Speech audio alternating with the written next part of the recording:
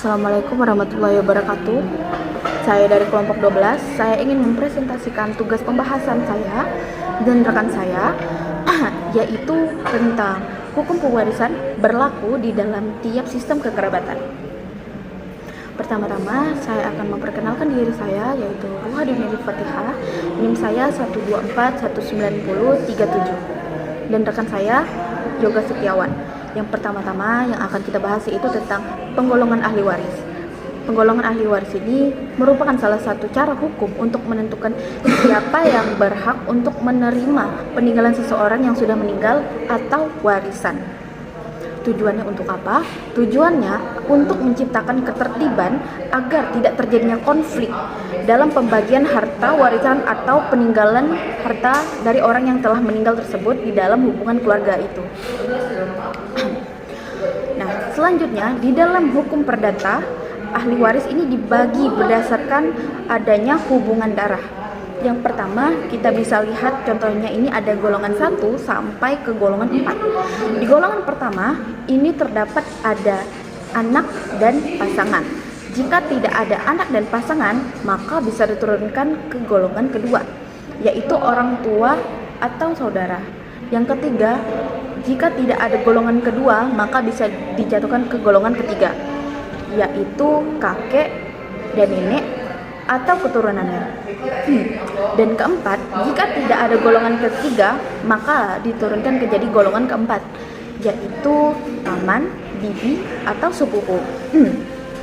Nah, jadi asasnya ini lebih dekat, dan jika lebih dekat bisa menyingkirkan yang lebih jauh, sehingga itu hanya golongan terdekat yang dapat mewarisi harta atau peninggalan dari orang yang meninggal tersebut, seperti golongan 1 dan dibandingkan golongan 1 dan golongan 4.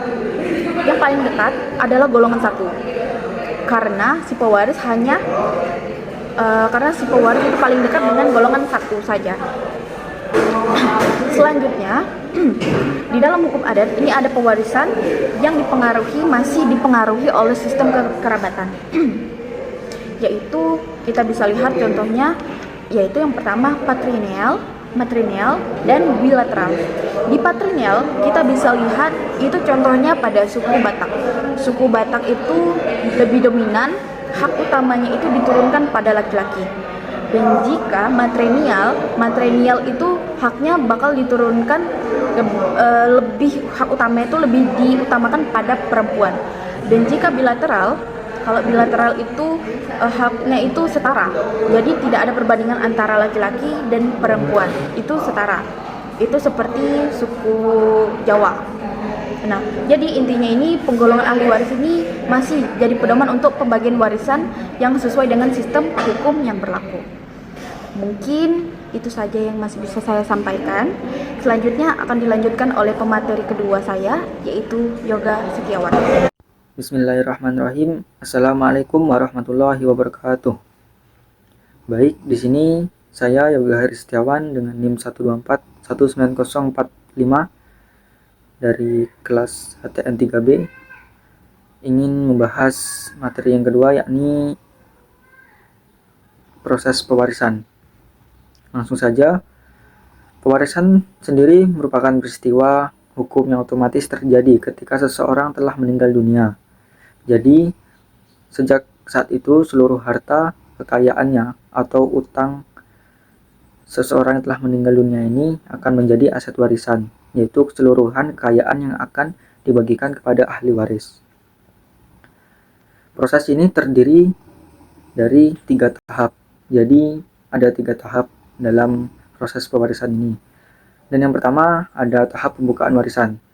Tahapan ini dimulai seketika setelah pewaris meninggal dunia.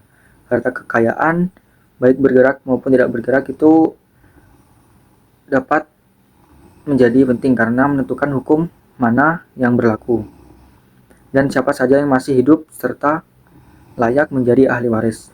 Pada tahap ini, semua harta dan kewajiban pewaris harus diinvestasikan dengan jelas agar tidak terjadi perebutan atau penyembunyian aset itu sendiri. Dan yang kedua ada tahap penentuan ahli waris atau bagian-bagiannya juga. Jadi setelah warisan terbuka, dilakukan penetapan siapa saja ahli waris yang sah serta besaran bagiannya. Dalam hukum perdata, bagian ahli waris ditentukan berdasarkan golongan, dan setiap orang yang dalam satu golongan memperoleh bagian yang sama besarnya. Nah, berbeda dengan hukum Islam sendiri, hukum Islam itu pembagiannya udah diatur oleh Al-Quran. Jadi dalam Al-Quran sudah diatur dengan jelas pembagian-pembagiannya. Nah, yang ketiga ada tahap pembagian dan penyelesaian aset. Tahap ini adalah pembagian harta warisan yang terakhir. Sebelum dilakukan pembagiannya itu, seluruh utang pewaris wajib dilunasi terlebih dahulu. Setelah itu, sisa harta bersih dibagi kepada ahli waris sesuai ketentuan hukum yang sudah berlaku. Dalam praktiknya, pembagian ini sering dilakukan melalui musyawarah besar dalam keluarga. Misalnya, dalam keluarga itu sendiri melakukan musyawarah untuk menyelesaikan tahap pembagian ini.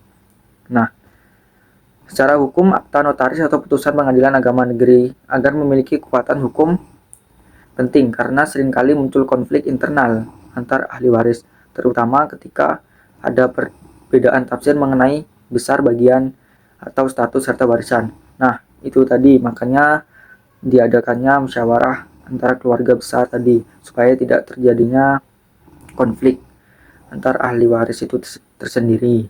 Jadi secara keseluruhan proses pewarisan bukan hanya sekedar pindahan harta, melainkan mekanisme hukum untuk menjaga keseimbangan sosial dan keadilan keluarga, dan dapat menjalin musyawarah antar keluarga itu sendiri. Dengan memahaminya ketiga tahap yang tadi itu dapat memastikan hak masing-masing anggota keluarga dan menciptakan kepastian hukum dalam sistem pewarisan itu sendiri. Nah, mungkin cukup sekian yang dapat saya jelaskan mengenai proses pewarisan itu. Kurang lebihnya saya mohon maaf jika banyak kata yang salah maupun pengucapan kata maupun dalam maknanya itu sendiri. Mungkin cukup sekian dapat saya jelaskan. Wabillahi taufik wal hidayah. Wassalamualaikum warahmatullahi wabarakatuh.